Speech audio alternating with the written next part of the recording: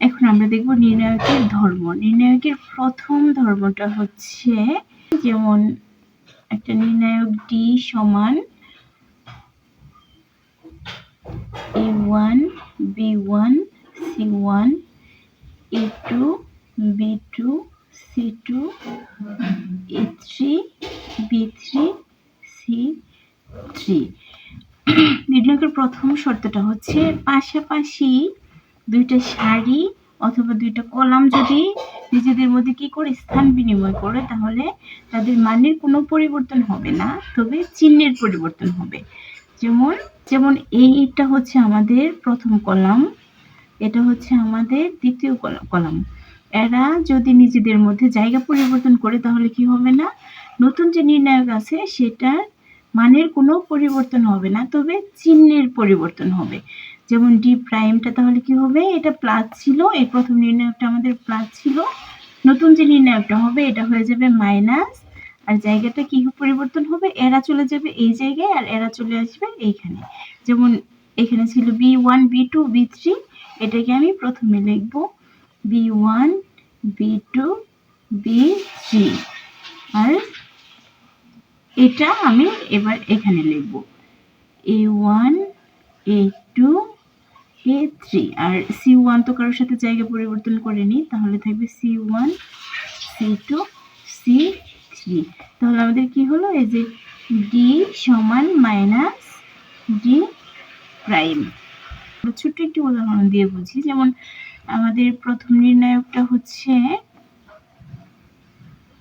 1 2 3 4, এটার মান কত হয় আমরা একটু দেখে নেই। 4 একে 4 মাইনাস 3 দুগুণে 6 সমান -2।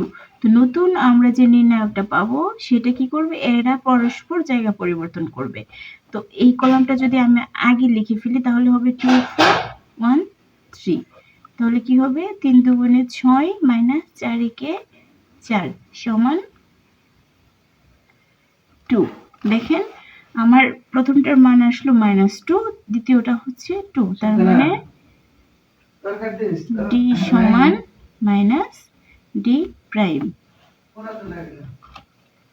তাহলে কি পেলাম আমরা, ডি সমান মাইনাস ডি প্রাইম, অর্থাৎ নির্ণায়কের দুইটা সারি বা দুইটা কলাম যদি নিজেদের মধ্যে জায়গা পরিবর্তন করে নেয়, নির্ণায়কের মানের কোনো পরিবর্তন হবে না, শুধু চিহ্নের পরিবর্তন হবে। নির্ণায়কের আরেকটি ধর্ম হলো, এই কলামগুলো যদি আমি সারিতে নিয়ে নেই আর সারিগুলো যদি কলামে নিয়ে নেই, তাহলেও নির্ণায়কের মানের কোনো পরিবর্তন হবে না। ধরেন আমাদের এই নির্ণায়কটা ছিল, কলামটা ছিল 1 3, এটাকে আমি সারিতে লিখব 1 3, আর এই কলামটা ছিল 2 4, এটাকে আমি এই সারিতে লিখব 2 4। তো আমাদের এটার মান কি আসবে, 4 একে 4 মাইনাস 3 দুগুণে 6, অর্থাৎ -2।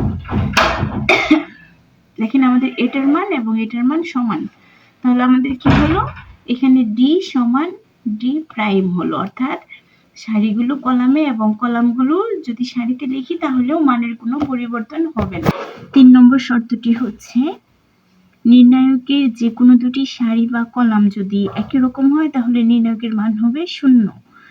আমি একটা উদাহরণ দিয়ে বুঝিয়ে দিচ্ছি। ধরেন একটা নির্ণায়ক হচ্ছে A1 B1 C1 A1 B1 C1 A2 B2 C2। এখানে আমরা দেখতে পাচ্ছি আমাদের প্রথম কলাম এবং দ্বিতীয় কলামটা একই রকম, তাহলে এই নির্ণায়কের মান কি হবে, 0 হবে। আমরা কোনো কিছু কমন নিয়েও নির্ণায়কের দুইটা সারি বা কলাম আমরা একই রকম বানিয়ে দিতে পারি, তারপর নির্ণায়কের মানটা হবে 0। আমাদের 4 নম্বর শর্তটি হচ্ছে, আমরা যদি দুটি নির্ণায়ক নিই, প্রথম নির্ণায়ক ডি সমান হচ্ছে A1 B1 A2 B2, এবং আরেকটি নির্ণায়ক নেই, এই নির্ণায়কটা হচ্ছে ডি প্রাইম সমান x1 x2 b1 b2। তো এই ডি এবং ডি প্রাইম যোগের ক্ষেত্রে আমরা কি করব, দেখেন এটার এই কলামটা আর এটার এই কলামটা একই রকম, তো আমরা যোগের ক্ষেত্রে কি করব, এই যে অভিন্ন যে কলামটা আছে শুধু এটা যোগ করে দিলেই হয়ে যাবে। যেমন a1 প্লাস x1 এবং a2 plus x2, a2 plus x2, আর সেম কলাম যেটা আছে এটা লিখে দিব b1 b2। 5 নম্বর শর্তটি দেখেন, কোনো নির্ণায়কের যে কোনো একটা সারি বা কলাম যদি